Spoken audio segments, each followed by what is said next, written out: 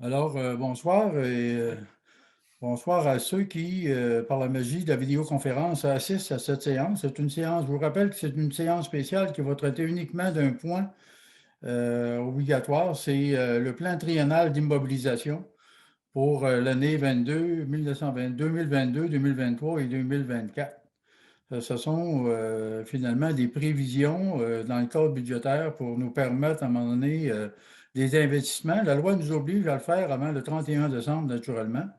Et puis pour la période de questions, je vous rappelle qu'il y aura uniquement des questions qui auront un lien avec le plan triennal d'immobilisation. On ne peut pas traiter de d'autres points que celles de la réunion spéciale. Fait qu'à ce moment-là, voici, je vais demander à M. Simard de pouvoir débuter là, avec le projet. Mais avant, je vais peut-être prendre une résolution pour l'acceptation là, de l'ordre du jour pour le dépôt puis la prendre connaissance du plan triennal d'immobilisation. Alors, je le propose, Monsieur le maire. OK, M. Jacques Bouchard propose. Une, Ça va tout le monde? Monsieur le maire, c'est une proposition pour l'ouverture de la séance? Oui. Ben, Tout c'est le ça monde est que je d'accord? propose. OK. Et maintenant, M. Stéphane, pour les besoins du public, là, peut-être là, expliquer les grandes lignes. Je vous rappelle qu'on fait des résumés. C'est donc un outil obligatoire qu'on doit déposer, mais c'est des mesures financières qui peuvent changer en cours d'année aussi, comme des priorités pourraient changer pour des raisons à laquelle on a besoin de s'ajuster là, d'année en année, mais il faut absolument prévoir un plan d'investissement là, sur les 3 prochaines années.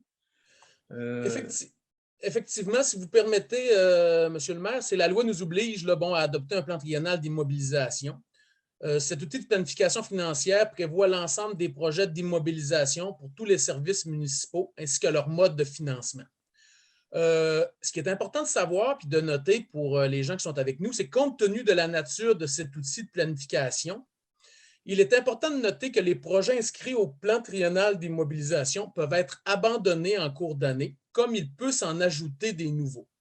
Donc, c'est important de garder bien ça en mémoire. Je pense que l'ordre du jour n'a pas été adopté, hein? Oui, c'est moi qui l'ai proposé. C'est à l'ouverture de l'Assemblée. Oui, mais c'est l'ordre du jour, ça. OK. On avait juste un point, Mme Coulombe.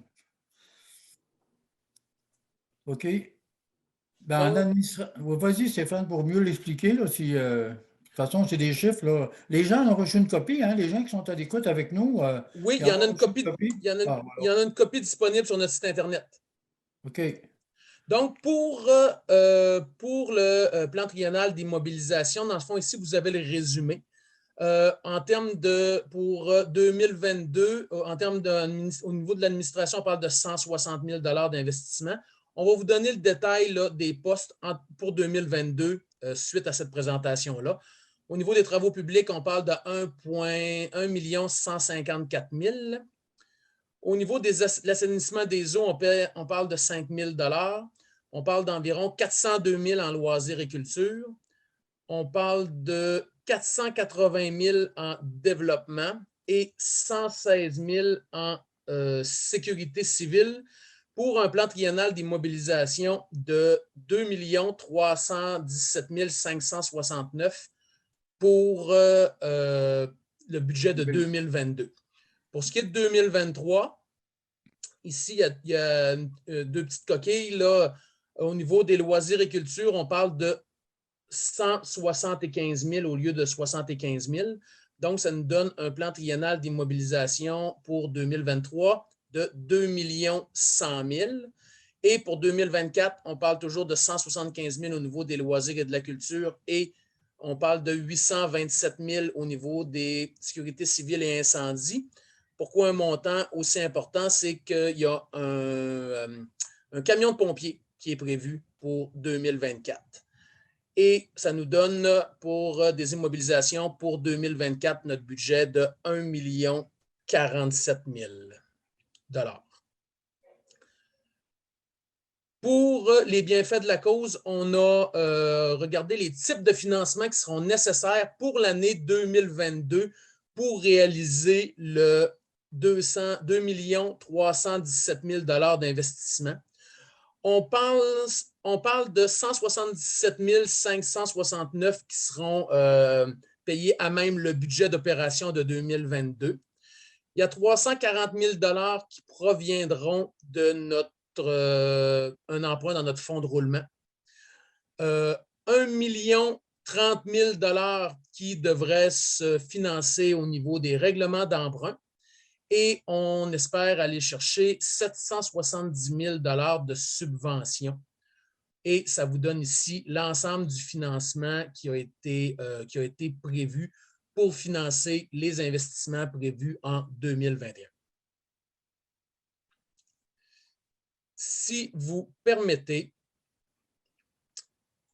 je vais continuer avec le détail des frais pour l'année 2022. Donc, au niveau de l'administration générale, on parle, annuellement, on parle de 20 000 d'équipements de bureau de toutes sortes. Et pour principalement 2022, on parle d'un investissement pour la rénovation du secteur administratif à la municipalité, un investissement de 100 000 dont on pourrait avoir une subvention de 75 000 reliée à cet investissement-là. Et la rénovation, la réfection, dans le fond, de tout le système de chauffage et de climatisation du secteur administratif de la partie administrative de la municipalité. Pour ce qui est des travaux publics, toujours pour 2022, on parle de l'achat et de l'aménagement de terrains et de rues pour l'agrandissement du parc entrepreneurial pour 300 000 l'achat de 2 containers pour 20 000 installation d'une lumière de rue, on parle de 3 000 annuellement. La construction d'un entrepôt en haut là, pour différents produits, entre autres là, de déneigement, là, mais aussi différents équipements, entreposage de différents équipements, on parle de 200 000. Donc, abri ou roulotte de chantier pour les travailleurs, on parle de 10 000. Et en 2023, là, eau potable et installation septique sur notre terrain du parc entrepreneurial, on parle de 25 000 chacun. Entretien des bâtiments, donc réfection de l'alimentation et la distribution électrique de l'ancien garage. On parle d'un investissement de 20 000 pour mettre ça à jour et aux normes. Toujours au niveau des travaux publics, on parle de l'achat d'un trailer ou d'un fermé pour 6 000 l'achat d'un camion 4x4, là, communément appelé un bon vieux pick-up, pour 60 000 et pour 2023, l'achat d'un camion à neige 6 roues pour compléter notre flotte et ainsi améliorer le service au niveau du déneigement pour 150 000 Dès le début 2022, il y a déjà une résolution qui a été passée en 2021, mais dès le début 2022, on veut faire l'acquisition d'une rétrocaveuse pour une somme de 200 000 et d'autres équipements là, pour tout près de 15 000 Au niveau de la voirie, au niveau des infrastructures, il y a 450 000 qui sont prévus dans le cadre du programme d'aide à la voirie locale pour 2022. Donc, ça ici, ce n'est pas de l'asphaltage, c'est de la mise aux normes et l'amélioration de certaines routes ou chemins gravelés. Et il y a une subvention là, de tout près de la moitié là, qui pourrait s'adjoindre à ça. Et toujours pour 2022, on parle de la réfection là, de la rue et du petit chemin qui mène où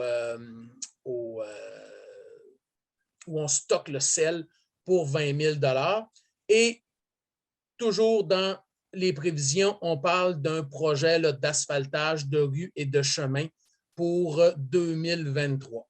Vous comprendrez qu'actuellement, le travail n'a pas, la réflexion et le travail n'a pas été fait pour savoir quels secteurs seront asphaltés à ce moment-là, mais ça sera travaillé avec le conseil et nous irons voir là, pour voir s'il y a des possibilités de financement et de subvention à l'extérieur. Au niveau des mobilisations, on parle d'achat d'un terrain d'une quarantaine de mille pour des projets que la municipalité pourrait avoir et installation de lumière de rue pour 10 000. Et bon, donc ça nous amène à l'assainissement, donc eau potable et eau usée. Donc, en 2022, on aurait le projet de construire là, une cabane aux étangs pour favoriser l'entretien et la prise des différents tests. On parle d'un montant d'environ 5 000 $. Au niveau de l'urbanisme, ça a été retiré puisque au niveau de l'embauche d'un étudiant, c'est considéré dans le budget d'opération plutôt que dans le plan triennal. Nous voici maintenant au niveau de des loisirs, patrimoine et culture 2022. On sait qu'on a déjà débuté les travaux pour faire le projet là, de développement de la maison de Gabriel Roy. C'est des travaux et des investissements qui sont évalués à près de 300 000 $. La part espérée de la municipalité dans ce projet-là serait de 50 000 $. Donc, on va essayer d'aller chercher tout près de 250 000 $ sous forme de subvention.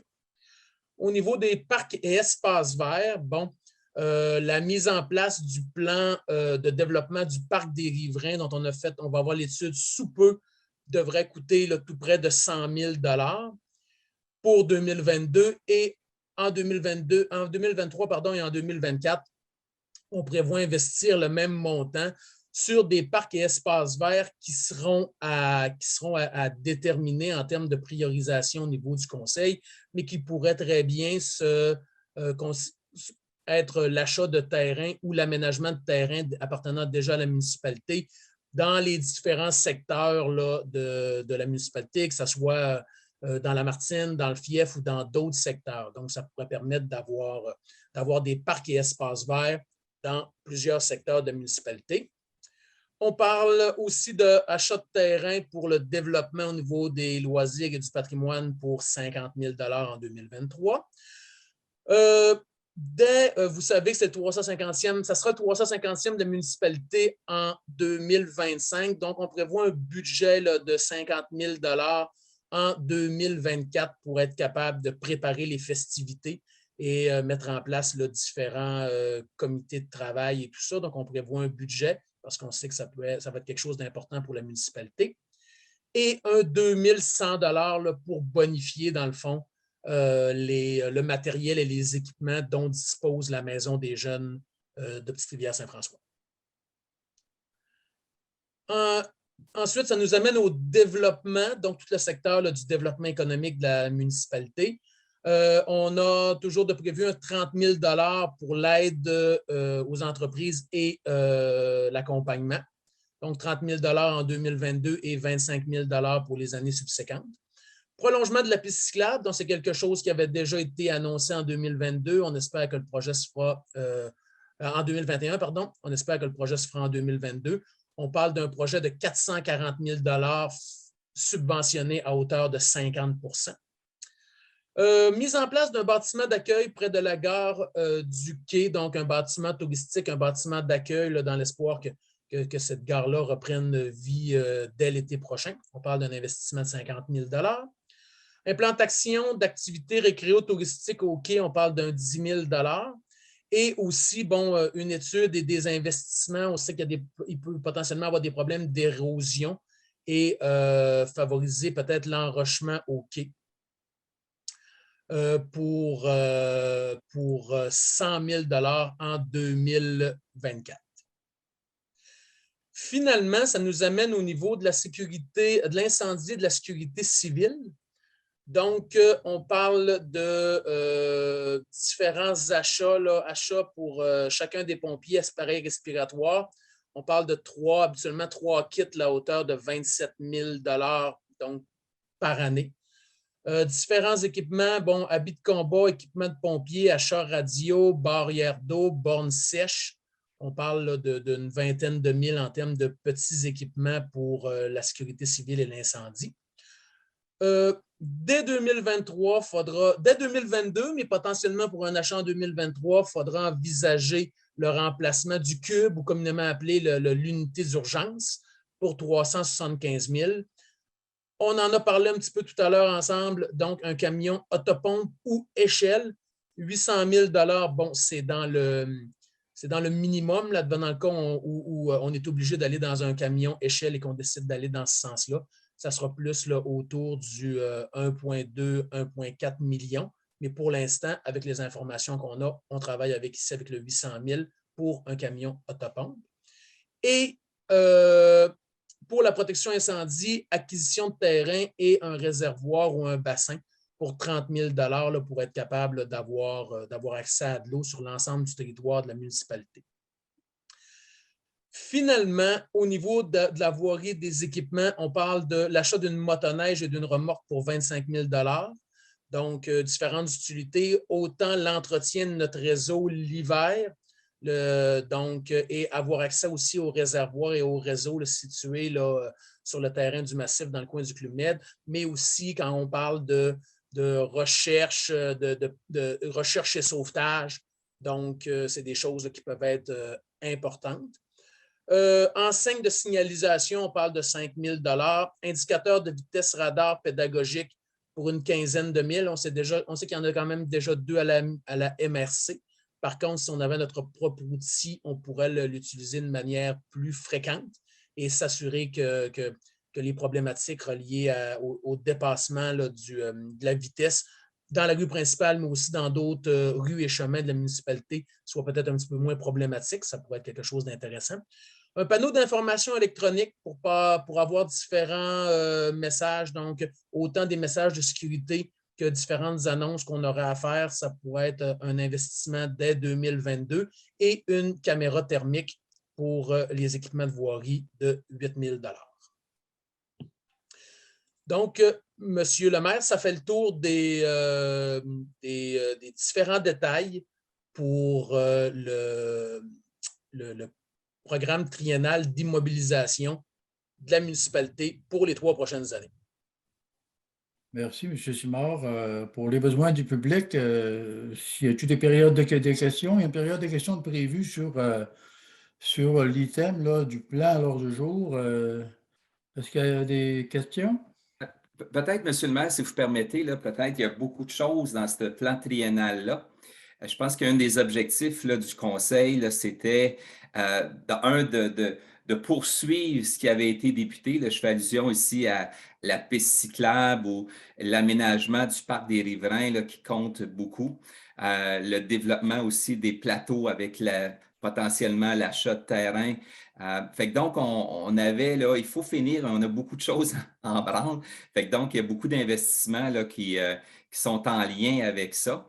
Donc, on a d'autres études, on a des choses pour les citoyens, d'autres petites choses pour que le touriste reste à Petite-Rivière et visite notre beau village également. Donc, c'est très diversifié comme investissement. Donc, il y a beaucoup de choses. Là, fait que n'hésitez pas à poser des questions. Donc, peut-être avant d'aller à la période de questions, Monsieur le maire, si vous êtes d'accord avec ce qui vous a été proposé tout à l'heure, ça nous prendra un proposeur pour pouvoir là, adopter le plan triennal d'immobilisation 2022-2024. Je vais le proposer, François Fournier. Stéphane, c'est juste une question technique. Oui. C'est comme on est ici dans les commentaires des gens, il y avait un équipement ou des choses qu'on n'aurait pas pensé de le mettre dans le projet avant de l'adopter. C'est dans ce sens-là que j'attendais une proposition finale, mais j'imagine qu'on pourrait le faire sans nécessairement avoir que ce projet-là soit inscrit dans le plan d'immobilisation. Hein. C'est ça qu'on souhaite aussi. Hein? Bien, dans le fond, le plan triennal d'immobilisation, c'est une adoption qu'on fait tout de suite. Par la suite, advenant dans le cas où les gens ont je sais qu'il y a des gens qui ont communiqué avec moi, ils ont dit, est-ce que notre projet est dans le plan triennal? On n'a pas mis tout ce que la municipalité va ou peut nécessairement faire ou peut faire dans les prochaines années. C'est là-dessus qu'on a décidé de se concentrer. Par contre, pas parce que les choses ne sont pas dans le plan triennal qu'ils ne se réaliseront pas, et ce n'est pas parce qu'ils sont dedans qu'ils vont nécessairement se réaliser non plus. Donc, si les choses ne sont pas nommées, on peut recevoir les différentes demandes ou les différentes questions et on peut, en conseil, vous pourrez en discuter. Donc, c'est pas les projets qui ne se retrouvent pas là ne sont pas exclus d'emblée pour les 3 prochaines années. Donc, vous pouvez adopter le plan triennal d'immobilisation tel que présenté et advenant le cas où les gens ont des choses à ajouter dans les prochaines heures, mois, journées ou mois, mais ça nous fera plaisir, comme on a fait dans la dernière année, de prendre les projets des gens et de les analyser pour ce qu'ils sont, avec notre capacité de le réaliser ou pas. Merci, ça va. Fait que, monsieur François, vous avez proposé ça, tout le monde? Est-ce que vous êtes d'accord avec ça? Oui? Oui, je suis d'accord. Pas de questions? Oui. Ça va? Pas t'appelles, ça? Non. Non. Fait que c'est adopté à l'unanimité. Au niveau du public, maintenant, est-ce que vous avez des questions? Oui, monsieur Serge Bilodeau, oui, c'est ça? Allez-y, monsieur Bilodeau. Oui, excusez. Je voulais juste savoir, j'ai vu que vous avez évoqué, vous mettez des investissements, mais prévoyez-vous de la phase 2 du parc entrepreneurial? Parce qu'au niveau du développement, elle n'était pas là-dedans, là, elle n'était pas listée. Oui, M. Bilodeau, ça a été, dans le fond, ça a été classé au niveau de, effectivement, là, ça n'a pas été classé au niveau du développement, ça a été classé au niveau de, le parc entrepreneurial a été classé au niveau des travaux publics. C'est peut-être un mauvais classement, mais l'achat et l'aménagement des différents terrains à hauteur de 300 000 $ et des infrastructures, c'est l'agrandissement du parc entrepreneurial. OK, merci. Ça va. D'autres questions? S'il n'y a pas d'autres questions, j'attendrai une proposition pour la fermeture de l'Assemblée. Ça, c'est moi, monsieur le maire. Monsieur Bouchard? Oui. Ici, M. Bouchard. Ça termine l'Assemblée. Fait qu'on peut la fermer, si vous le désirez. On a d'autres points à discuter à l'interne. Mais... Merci beaucoup à tout le monde. Bonne fin de soirée. Bonne fin de soirée. Merci. Femme Pont-Rouge. Bonne soirée. Merci, bonne soirée. Bonne fin